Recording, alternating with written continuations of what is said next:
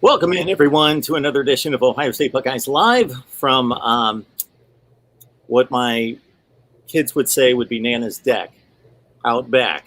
So we don't overhear any like Murder, She Wrote in the background. We moved it to the deck here with, of course, Kevin Noon from Buckeye Grove and Tony Gerdeman from Buckeye Scoop.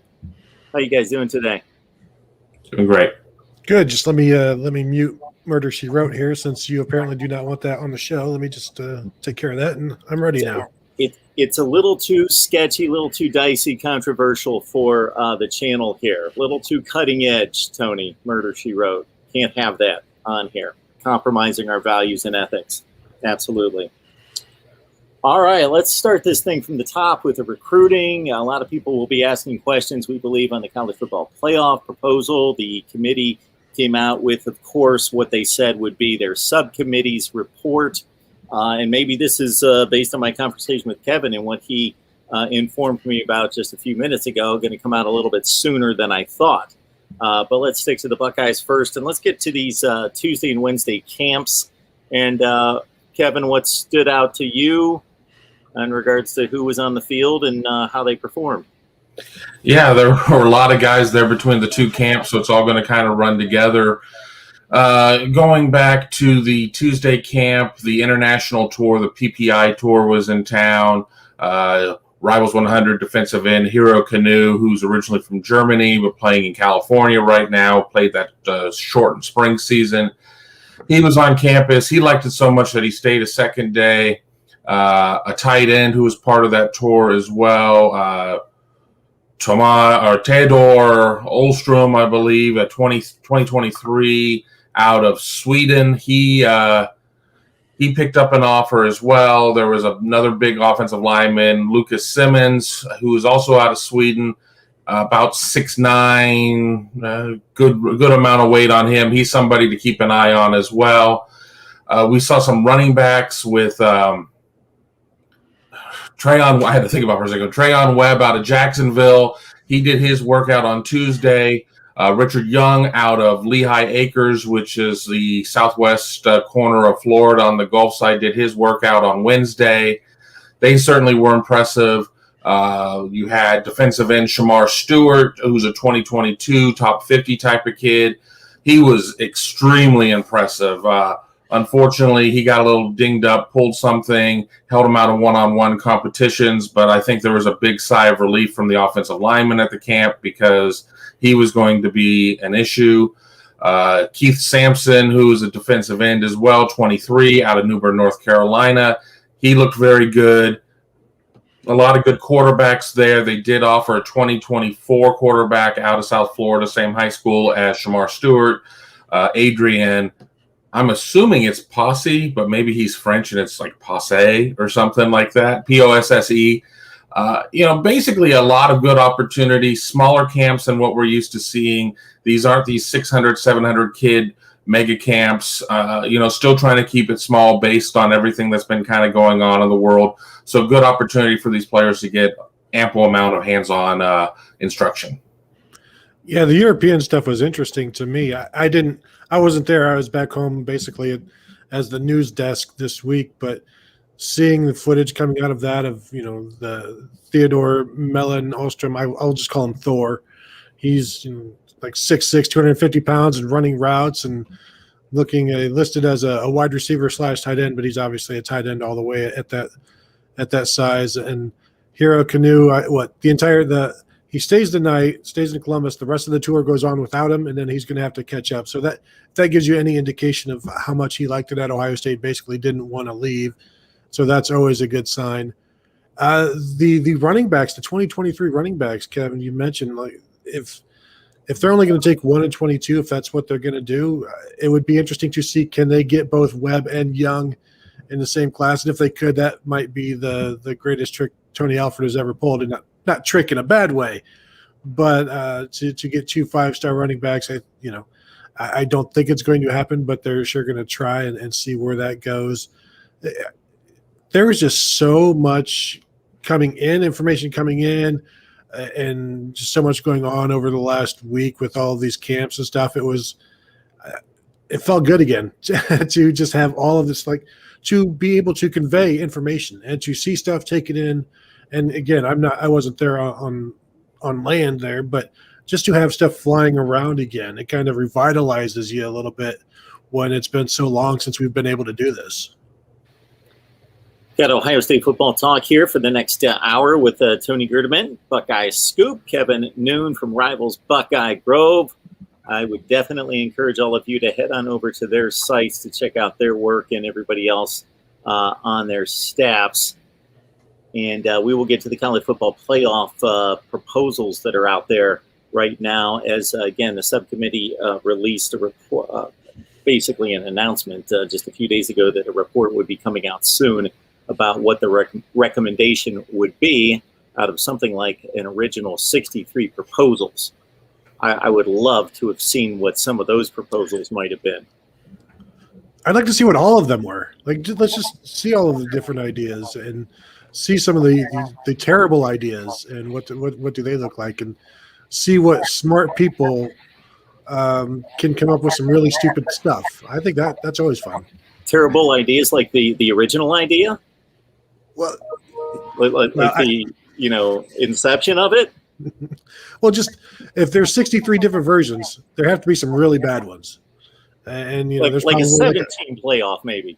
Yes, 46 teams, and somebody throws in an odd number in there as well, or 128 teams. Lane Kiffin proposal probably.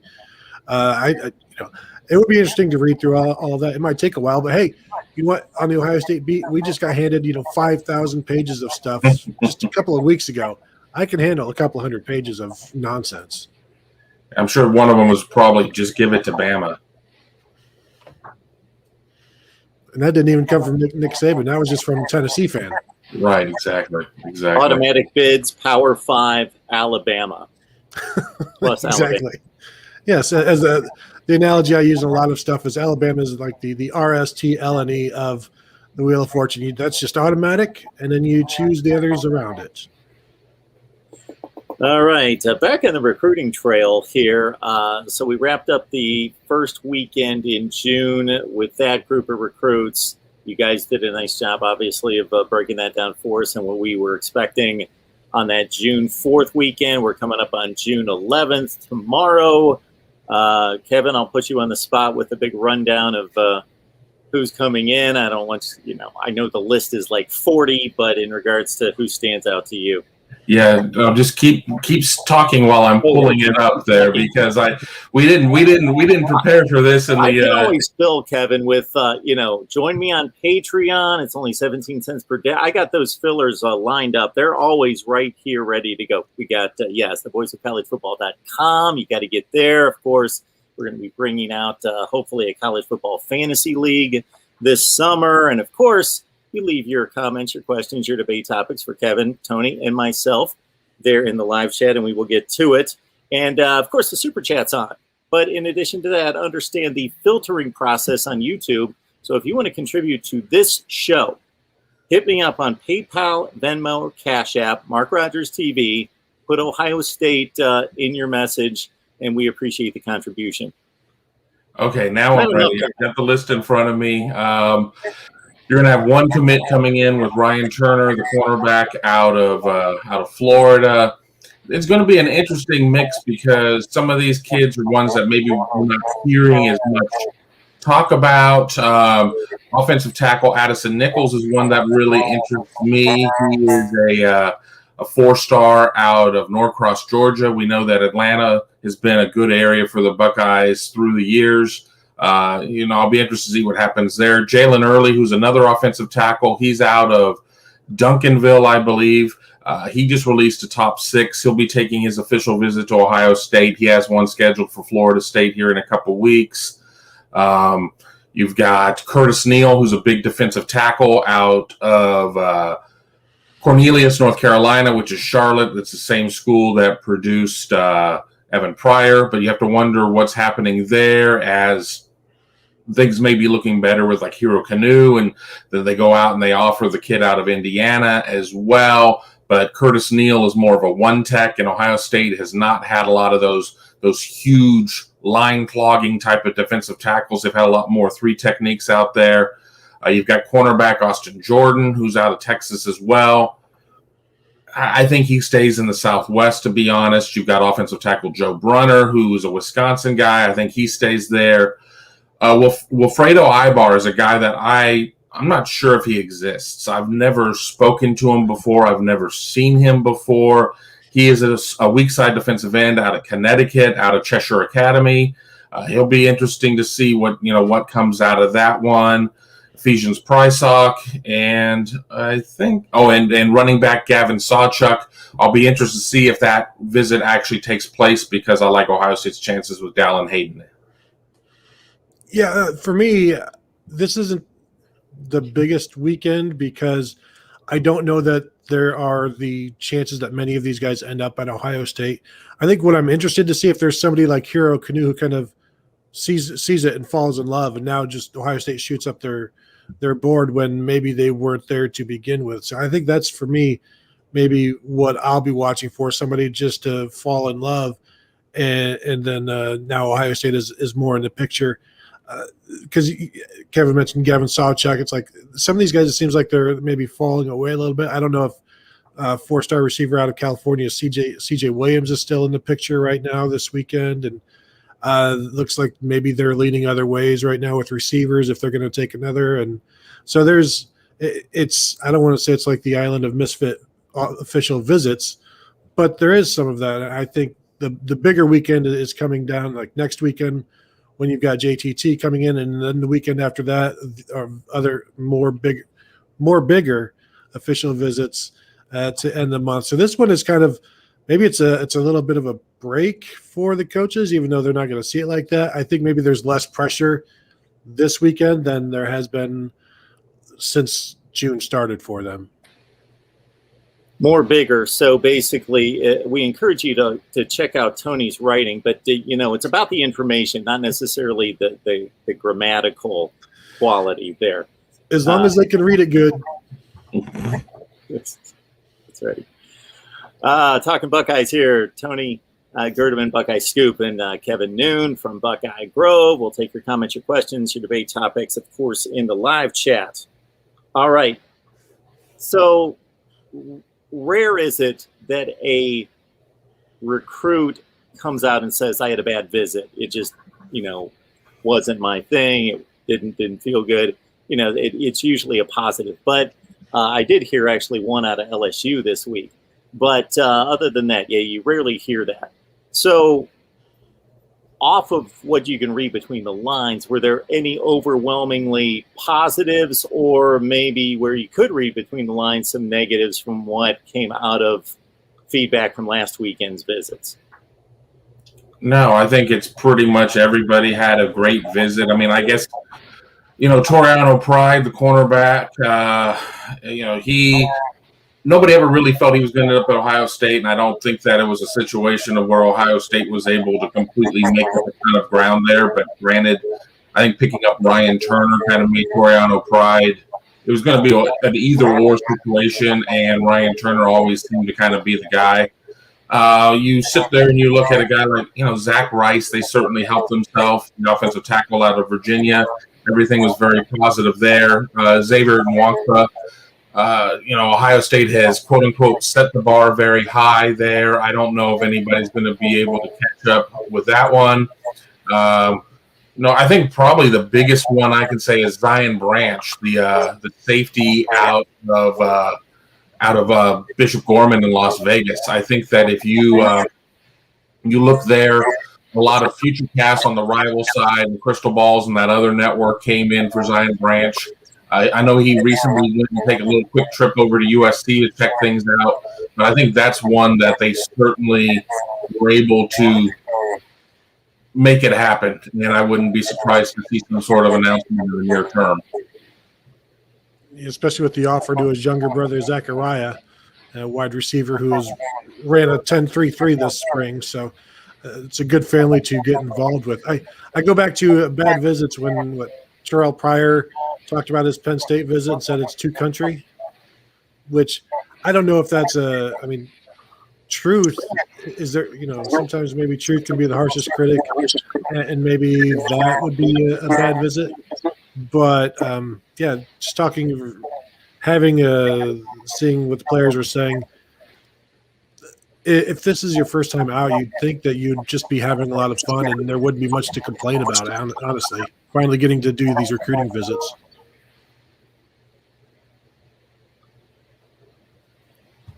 Talking Buckeyes here. Hopefully everybody's got me. The internet might be a little sketchy here. I'm just glad that it's not raining, but the sun is beating on my neck, that's for sure. But we had dark clouds overhead just a few minutes ago, coming straight to you from Mom's back deck here in the Buckeye State. So I'm much closer to Kevin and Tony. I'm sure you can feel the synergy out there.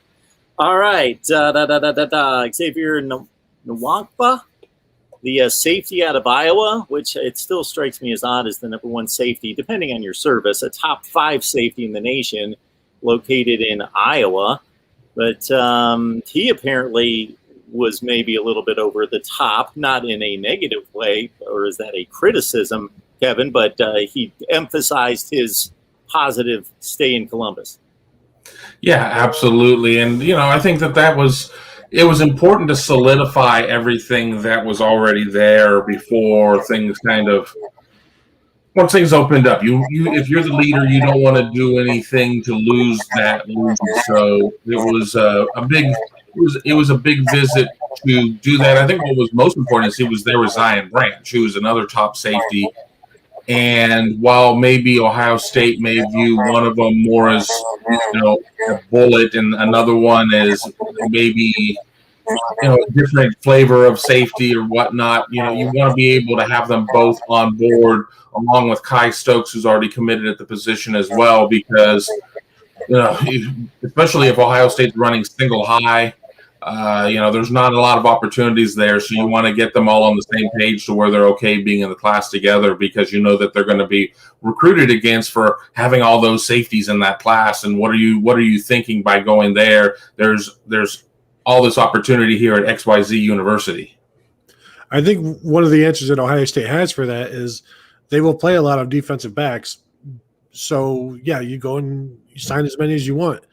You can put them at the cover safety / slot corner. Kerry Combs likes to play at least 3 corners if they can do it. They have the nickel, they have the bullet. I think there's enough there to reassure a safety, but then the safety still has to be, okay, I'm willing to play bullet, or I am able to cover and the cover safety.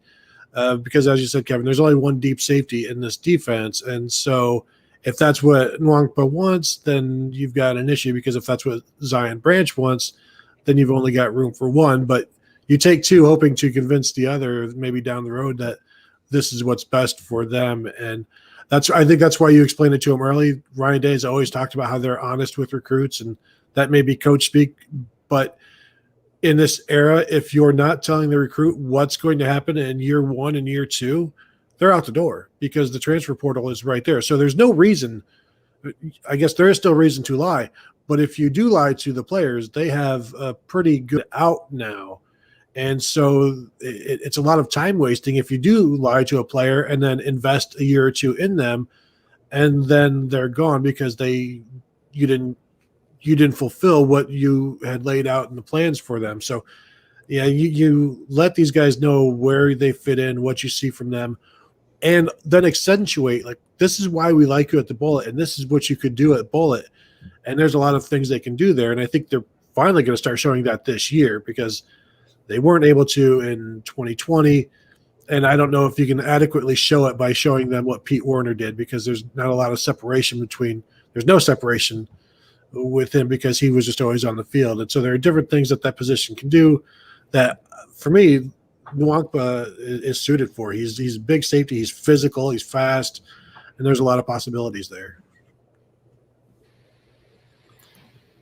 Talking Buckeyes with Tony Gerderman, Buckeye Scoop, Kevin Noon, Buckeye Grove, running through a big recruiting month as we approach weekend number 2.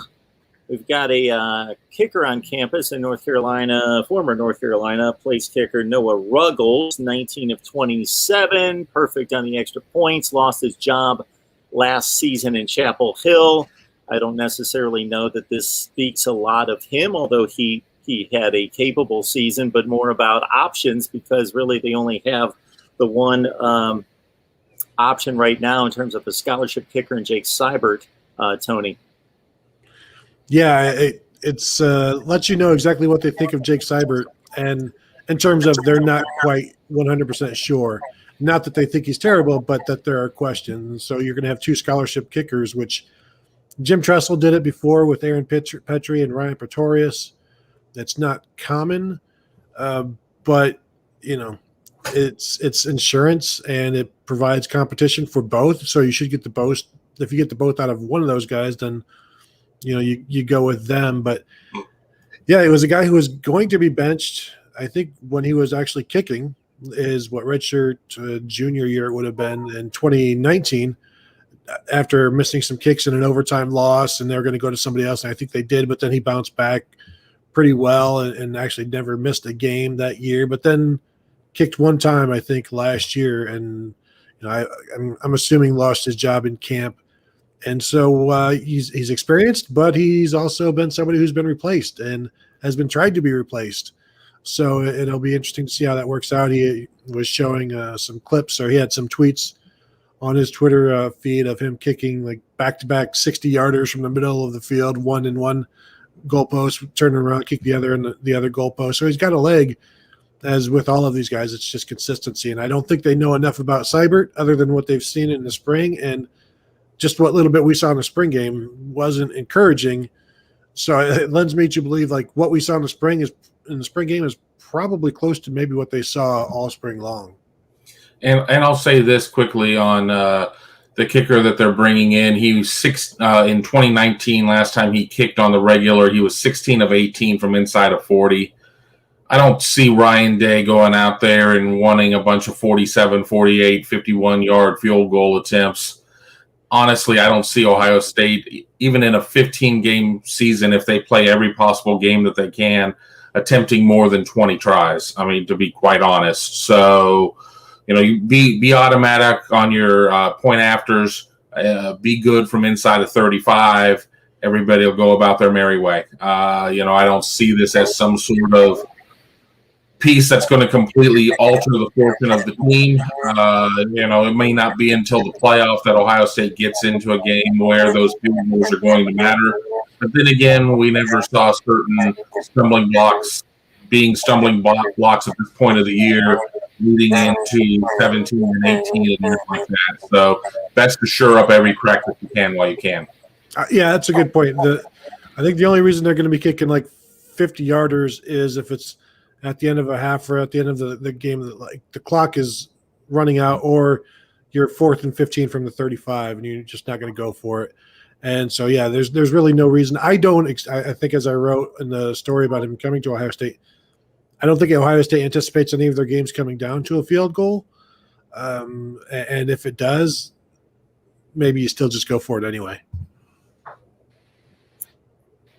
Kevin and Tony already addressed the question that's on the screen, but Yakov22, appreciate the super chat contribution here about the Swedish player who was in the Tuesday and Wednesday camp. Anything else to add there on Yakov's behalf?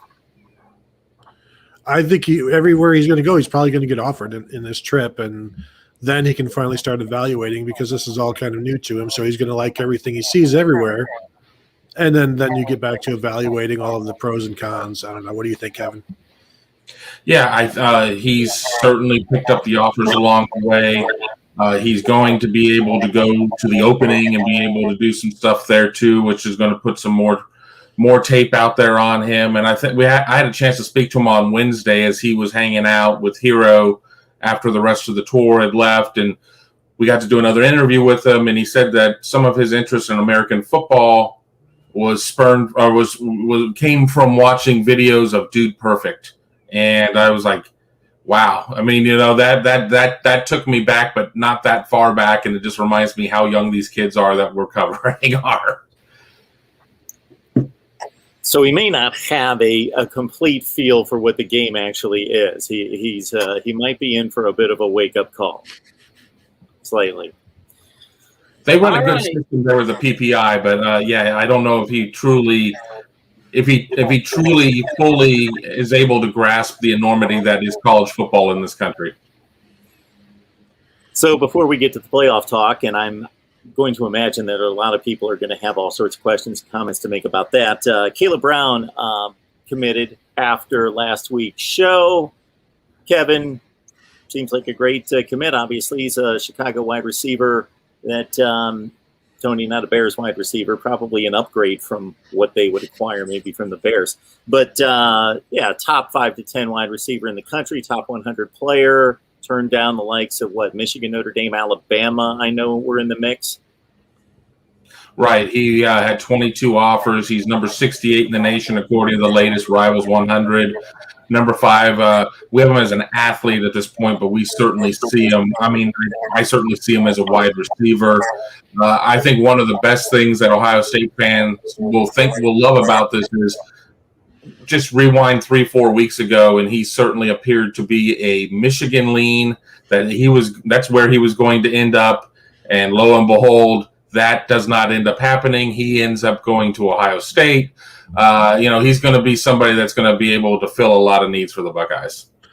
Yeah, and he's played some running back in high school, but if you watch some clips of his 7-on-7 stuff, he's got very good hands at wide receiver and should fit in just fine. I assume probably starting out in the slot because he can do some different things, and we'll see where he goes from there. But another top 100 guy for Brian Hartline. Whoop-de-doo. Oh, Must be a Wednesday. Which I'm working on my wide receiver rankings. So Wilson and Olave, I think they're going to squeak into the top 25. Oh, okay. I'm just trying to hang with my clicking of the muting my mic back and forth because the delay is only roughly 18 seconds. So I'm just trying to keep track of that and stay ahead of that. Anticipate your answers. Hopefully that's cutting down feedback and other issues we're having. So everybody hang with us. We appreciate you being online with us with about 50 or so online, 57. Appreciate you being here. Of course, June, a huge recruiting month for the Buckeyes and across the nation. All right, let's get to this college football playoff. Okay, so the committee formed a subcommittee that was announced a couple months ago that was going to look into improving the college football playoff, reviewing what's happened over 7 years from a number of different angles, come up with some proposals. And then it was announced just a couple of days ago that within the next 7 days that we would get a proposal that would be displayed in front of the entire committee to decide, hey, if this is going to change, it's not going to change in 21 or 22. The earliest it would be with 2023. Kevin, you had some more detailed information as to what might be coming down.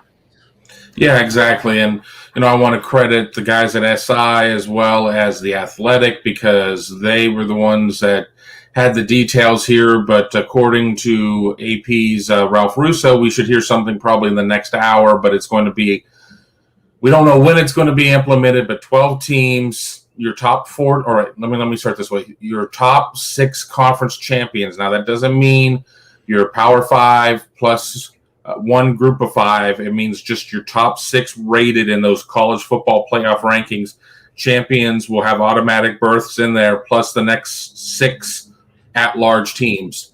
Then the way that the math is going to work is your 4 top conference champions will have a bye week, that first week of the playoffs, and then with the remaining 8 teams, the 4 highest teams would then host the 4 lowest teams on their campuses, and then you would end up pushing it through. I'm not sure what it means in terms of how bowls will be cycled through or anything else like that. I mean, still kind of developing news, reading bits and pieces while I can, but this all kind of came out within 10, 15 minutes of us getting ready to do the show. So not completely well read on it, but that's kind of the gist that I've been able to pick up so far.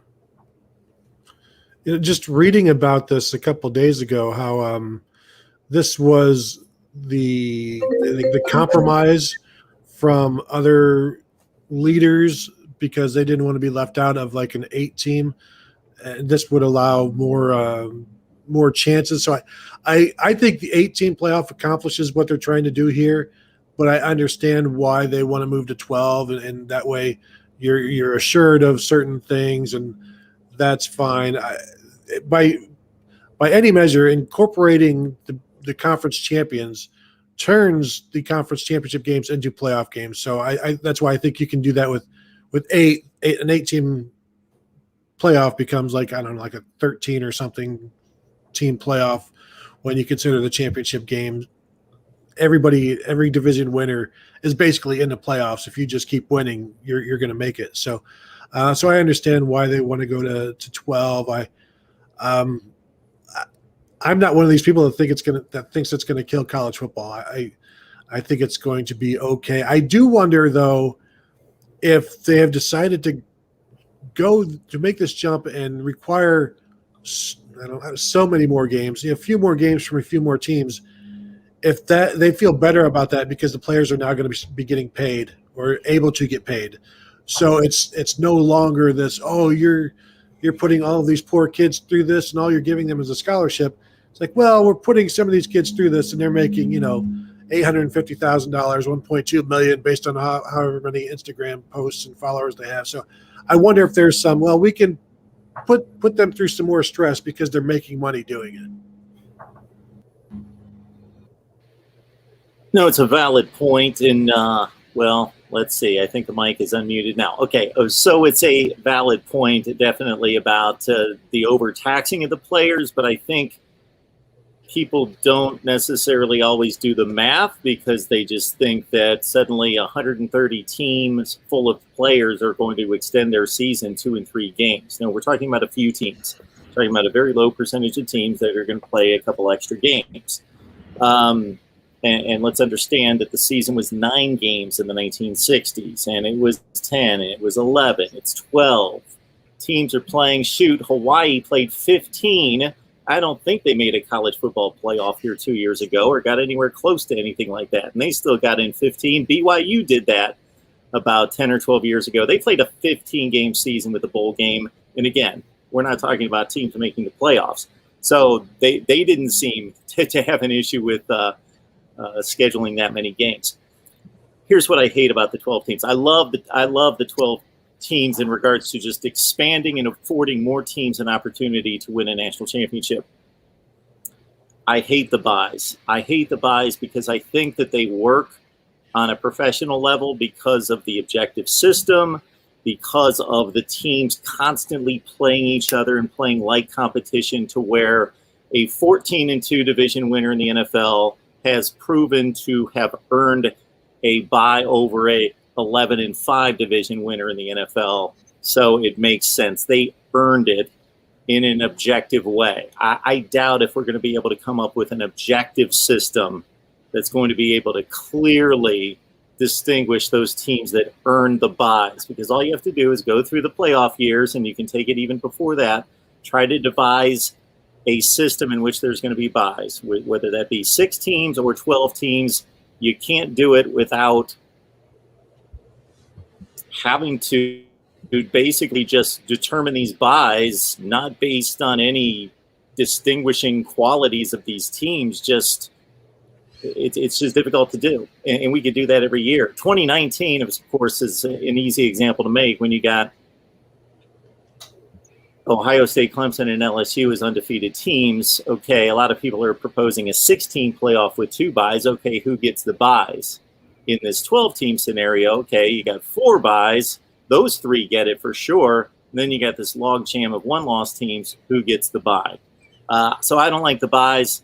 And obviously, you've got an automatic win. You've got the health factor in which you don't get your team all nicked up and bruised up, plus the possibility that you lose a key player or 2 for the next game. But the thing that I don't think, guys, gets talked about is if you're Alabama and you get a bye. I know that that's a bit of a stretch of a scenario, but everybody try to hang with me here. You're Alabama, you get a bye, and this playoff format and the selection is made the day after the conference championship game. So we're, let's say, 3 weeks away from the second round. So the first round game is going to be played between, let's say, Oregon and Oklahoma. The winner plays Alabama. For 3 weeks, in addition to Oregon and Oklahoma being completely tunnel visioned and focused on their opponent and having to scheme and prepare. You don't really? You don't really? Well, no, all right, there he is. Go ahead, Kevin. I was going to say, as we get Mark's bandwidth back here, no, I agree. I mean, but I'll take it the other way. While you're not necessarily looking to play more games. I mean, is coming out of your conference championship game, having a week or something, and you're playing your best ball, and then you lose a week of playing. Do you lose momentum at that point? How many times have we seen a team be red hot and coming out of a big win, and then they go into their open week during their regularly scheduled open week, and then they come out and they're a little bit sloppy and lethargic going against a team who just had to go out there and gut out a win and has everything going. So I don't know if there's necessarily if anything's an absolute with this. And I mean, again, we don't, this has to go through another round of whatever with the College Football Playoff Committee and so on and so forth. And we don't have all of the particulars. We don't know what a calendar would look like. I mean, are you going to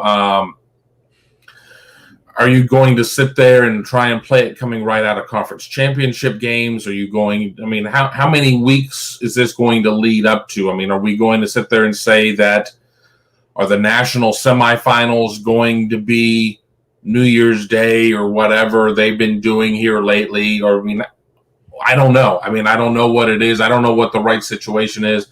Would have loved to have had another hour or two to be able to maybe play with a calendar and a few things like that. Just stuff I'm thinking of right now as we're talking about it.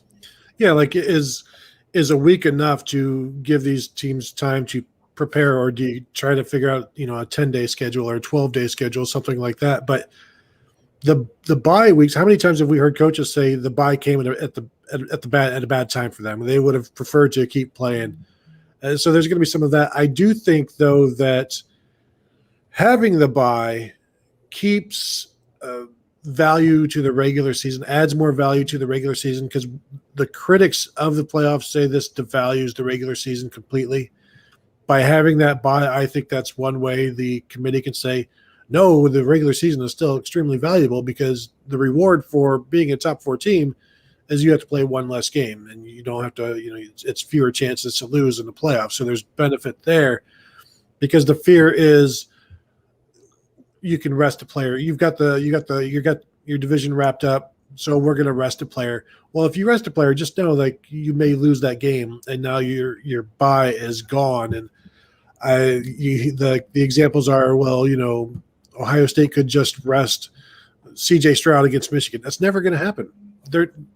That game is too valuable to risk a loss. Alabama's not going to sit their quarterback against Auburn.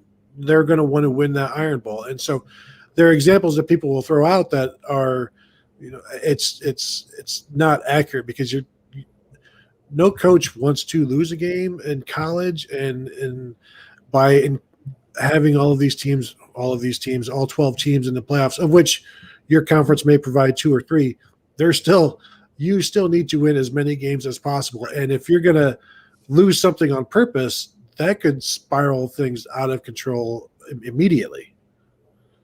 Yeah, and then, something else I want to just throw in there too, and I know this is the Ohio State show, but Ohio State fans certainly have no love for Notre Dame.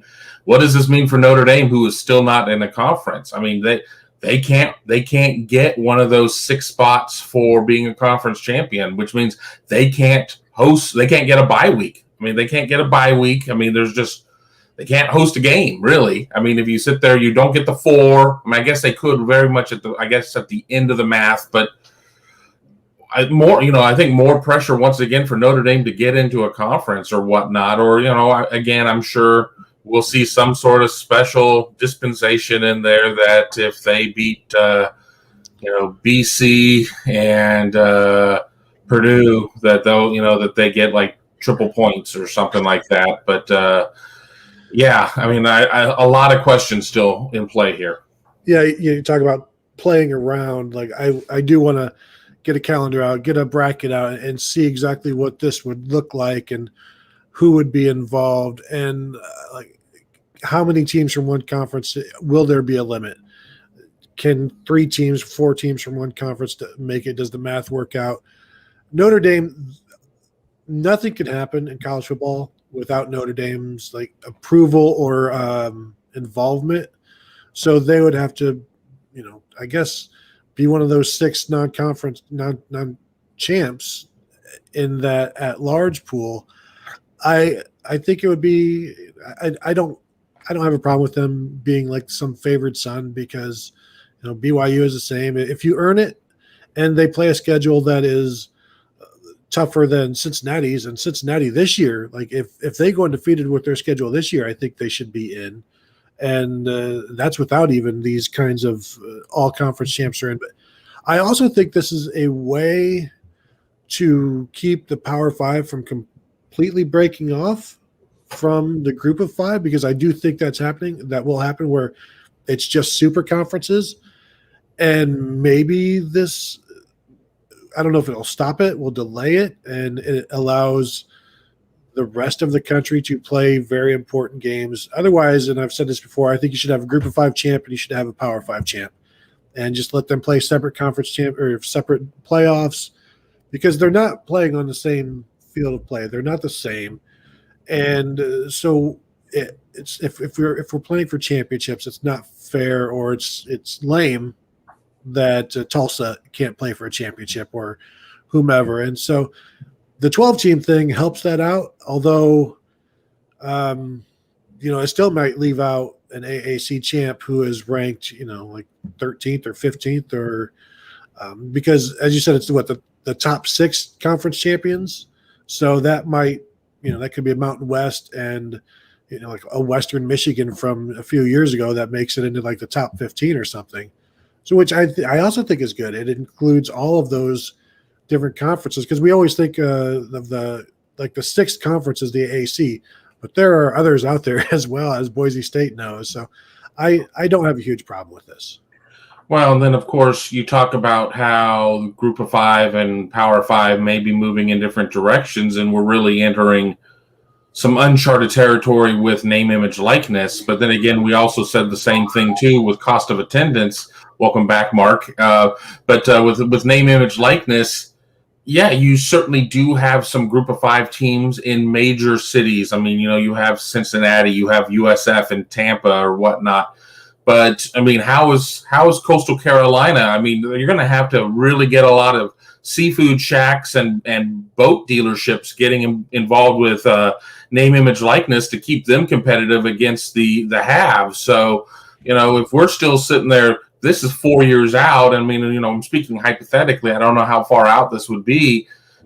We haven't even made it to July 1st. We don't know what name, image, likeness is going to look like. So, I mean, this could all be an academic exercise, because we could have that split well before any of this happens. Basically, Mark, we were just saying we disagreed with your assessment of the buys.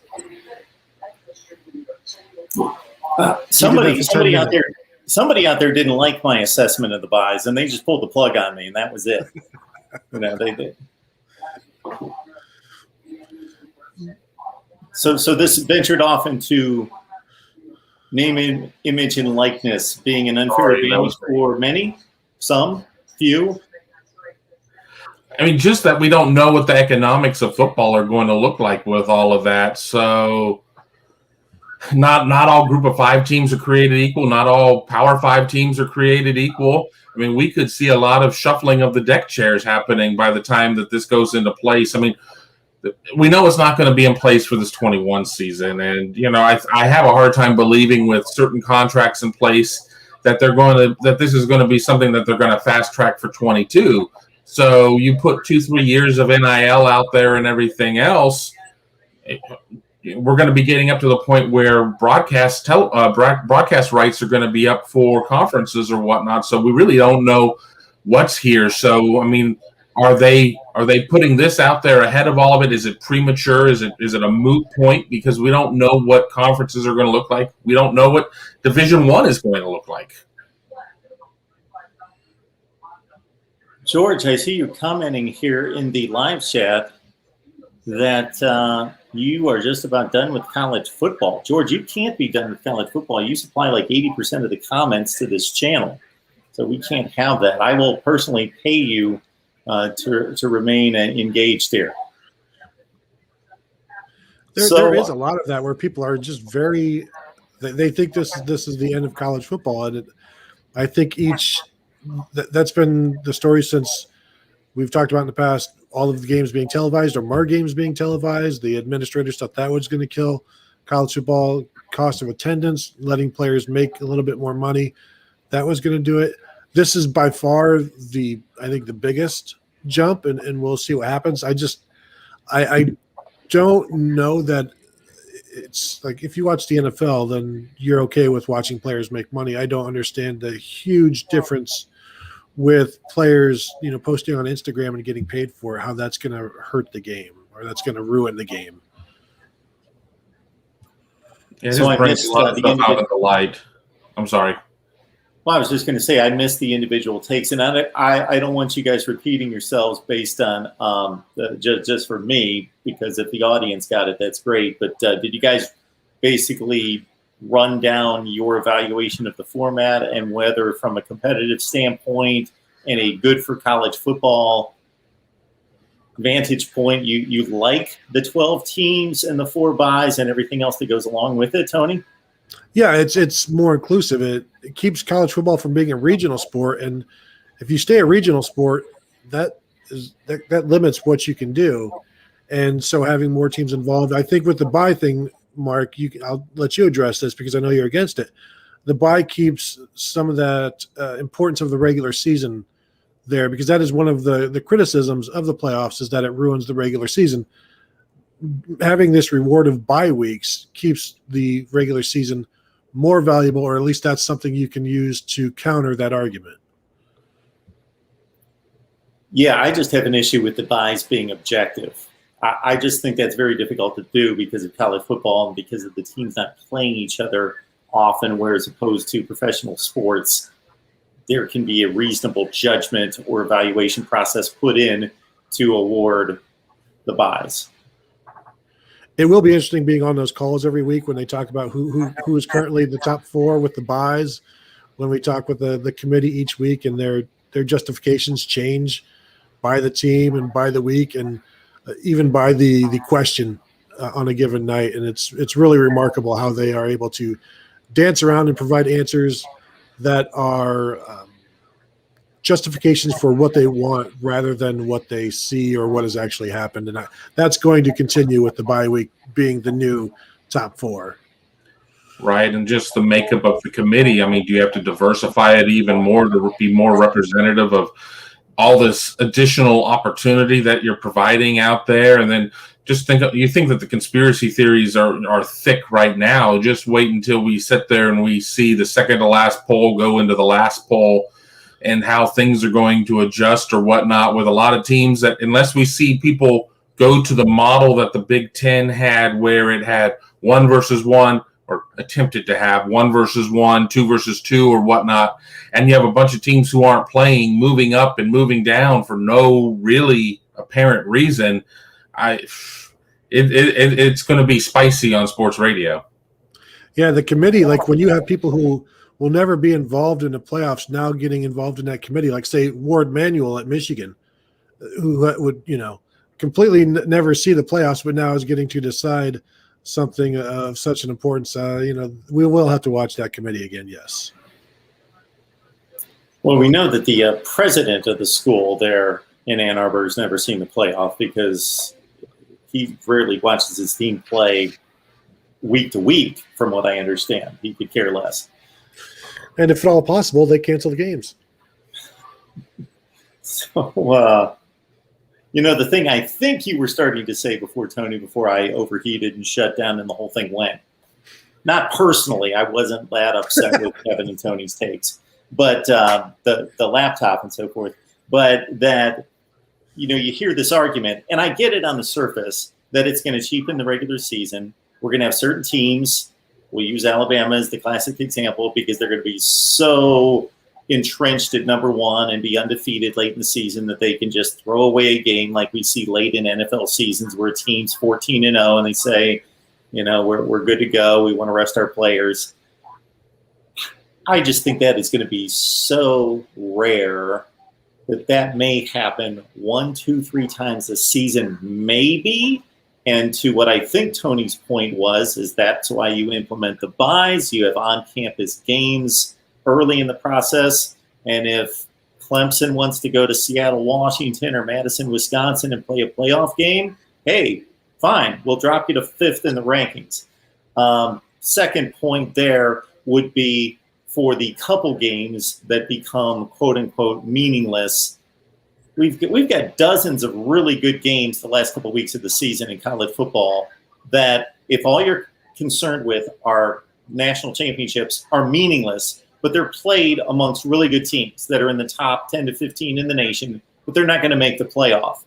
And so those 8-2 LSU versus 8-2 Auburn games now become monumental. So I think that's a good thing. The argument that every game matters now is wrong because a loss or two means none of the rest of your games matters. And so when you allow conference champs into the playoffs, now games matter more, and more games matter to more teams. And for me, like, if you're talking about having more games matter, then the playoffs expansion is the answer there, because when people talk about more game, every game matters now, they're only talking about teams that are undefeated or have one loss. They're ignoring all of the other games, like 90%, 95% of the other games out there, because those games don't matter because those teams aren't in the national title picture.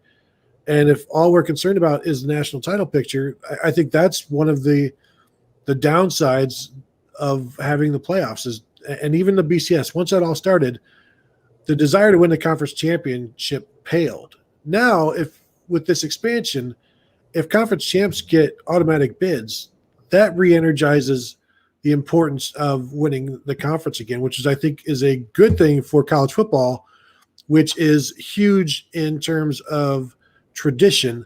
This gets actually back to the importance of winning that tradition. Well, one thing too, that if they're going to do this expansion or whatnot, we need to get everybody somewhat on the same footing as well. And that doesn't mean that the Mountain West is going to be the SEC or whatever, but it needs to be 8 or 9. You either need to play FCS or not play FCS. It's going to be even more important now at this point, and with those buys being so valuable or whatever, even though I guess it sounds like you can only get one for your conference, you just can't have all this unequal footing. And I'd really hate to see leagues like the Big Ten have to take a step back from playing 9 league games, which is better than another, Southwestern barber school or something like that, and, or putting FCS on there. But, I certainly think that if it gets to a point of where things become a beauty contest, even more so, in order to get that second or third or fourth, whatever the situation allows, I think you're going to see a walking back of challenging yourselves, because is there truly going to be that much of a reward? You needed, with a 14 field, you needed to reward yourself. You needed those big wins. For the 12-team field, you just need to survive. You just need to survive in a lot of ways. So I don't know. I mean, again, I'm still formulating my ideas at this point, but the whole 8 versus 9 and FCS or no FCS thing just came to mind a couple minutes ago. And Kevin, to expand, I believe, on your point, anytime I'm asked to do my format, or I'm not asked to do it, but I throw it out there for everyone and shove it down their throats to say, this is the way this playoff should work. The first thing that I have, at least recently, said is, number one, before you do anything else, decide on the group of 5. Make a decision on the group of 5, a formal decision, not we're considering them, they're within the structure, so they're considered. No, formally include them or formally exclude them. Make a decision, somebody make a decision on the group of 5.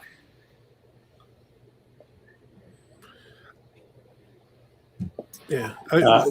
In what aspect, like, what does that like, what do you mean? Because I'm a little unclear. Like, as in terms of they are included, and these are the parameters, or what? Just explain, please, a little bit more. Yeah, so right now the committee would tell you that they include the group of 5. They're under consideration, but there's been no scenario, including UCF being undefeated and being 12th in the rankings. So let's understand, being at number 12 and trying to reach number 4. I think Cincinnati was 9th after an undefeated regular season and conference championship game last year. So basically, they're not seriously being considered. So either include them, let's not patronize them to say, oh, we'll put you in the rankings and you'll feel good about yourselves being 11th and 18th and 23rd. No, include them or exclude them. And I understand the points to both. As long as they're not given an equal share, because they don't play nearly the standard of football, so don't give them an equal share, and that's not going to happen. But either give them a share, give them their most excellent team or teams, possibly a spot or two, or exclude them and say, you know what, you don't play the level of football that we do in the Power 5, and therefore go play your own championship.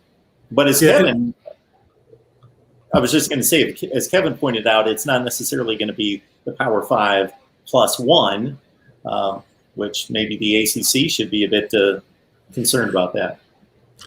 I think in my 18 proposal that the committee said no thanks to, when I include the group of 5 champion, was like with the prerequisite they be ranked like 12th or maybe in the top 12 or in the top 16. I can fluctuate on either one, but then the committee can still move them where they don't want them or where they do want them. And so, yeah, I think parameters in terms of accomplishments maybe rather than a ranking, because even that ranking, they can still manipulate that a little bit.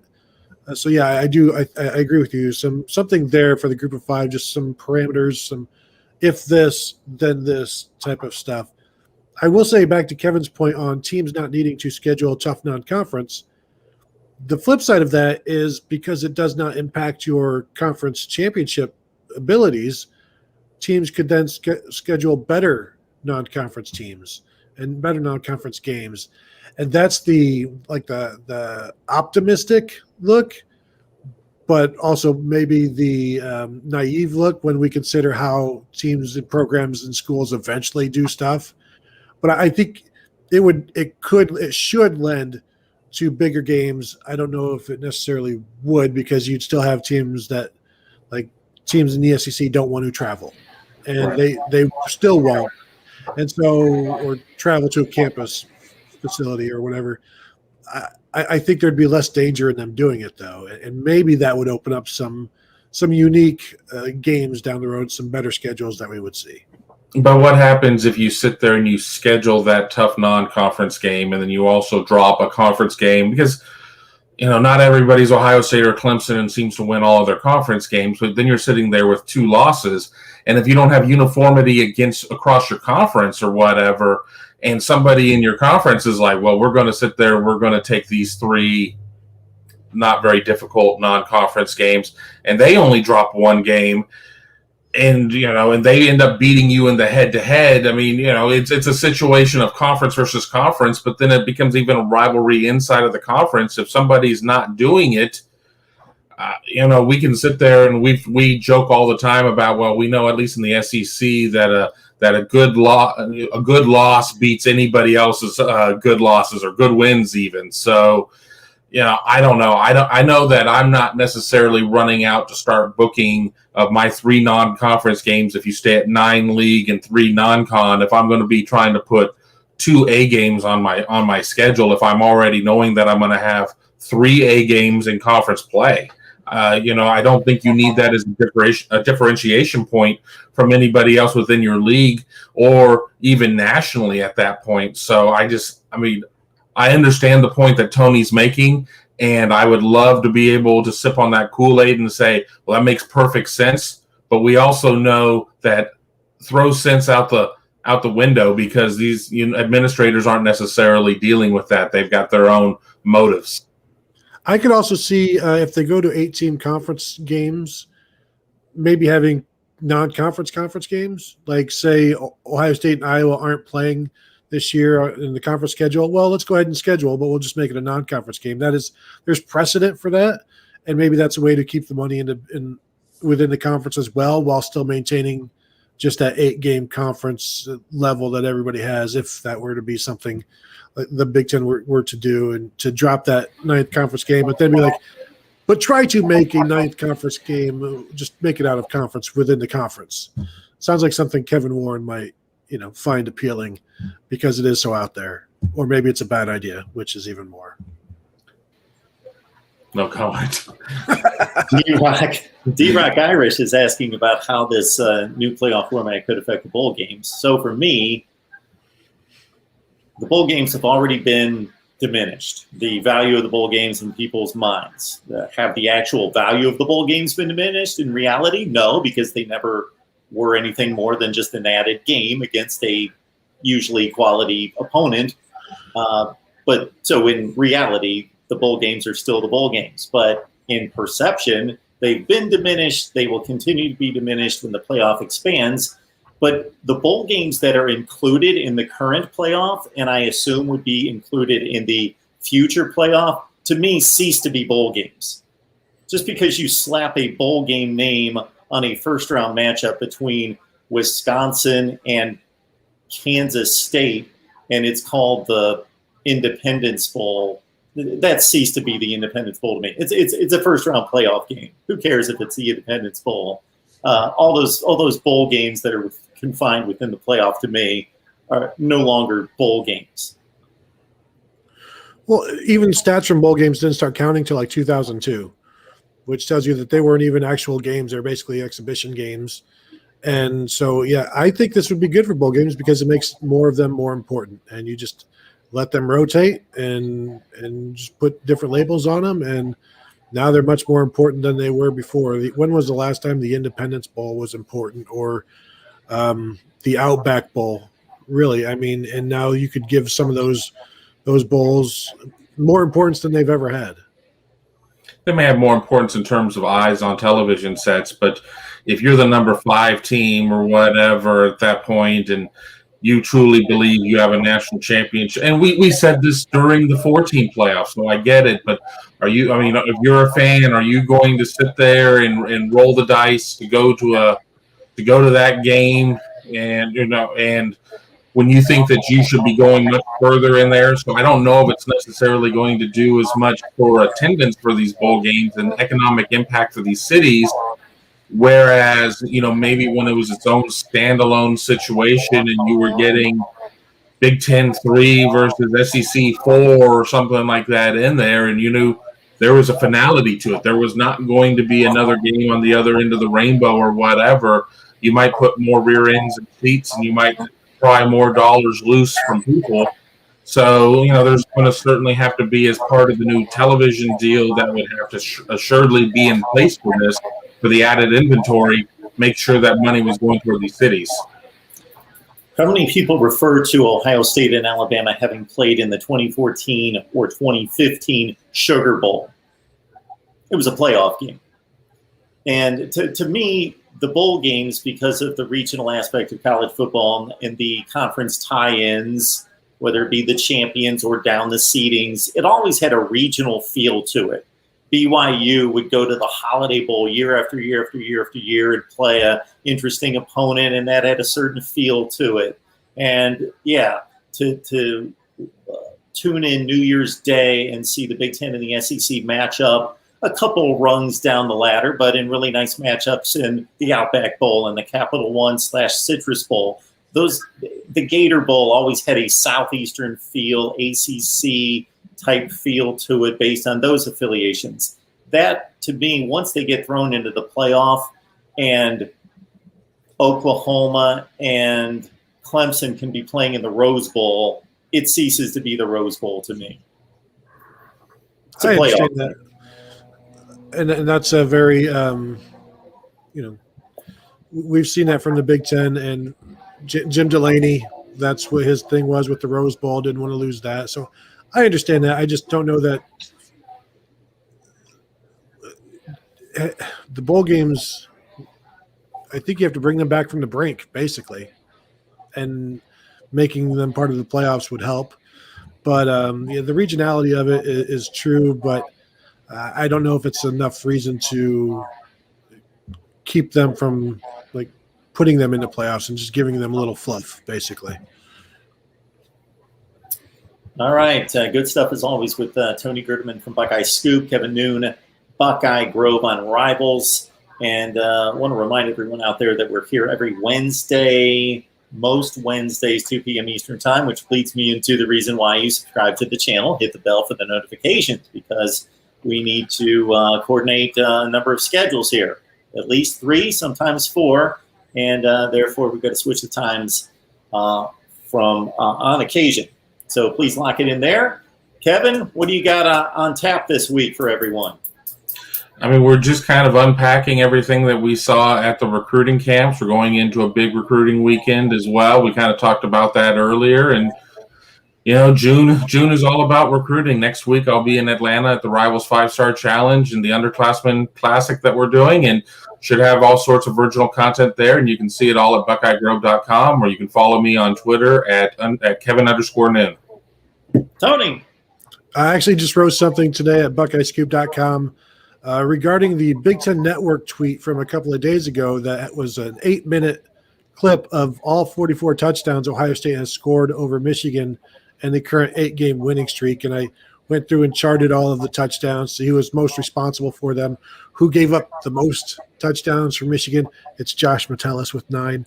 And you know, the distance that were covered in all of these touchdowns, JT Barrett's responsible for the most with 10. He leads them with 7 rushing touchdowns, which is more than anybody else. And so just some minutia like that I wrote up today. Check that out at BuckeyeScoop.com. Very cool. Again, we're here every week. Subscribe, hit the bell for the notifications. That way you can track us to whenever we need to go live, typically Wednesdays at 2. Tony, always appreciated. Kevin, you as well. Thanks so much for joining. See everybody next week.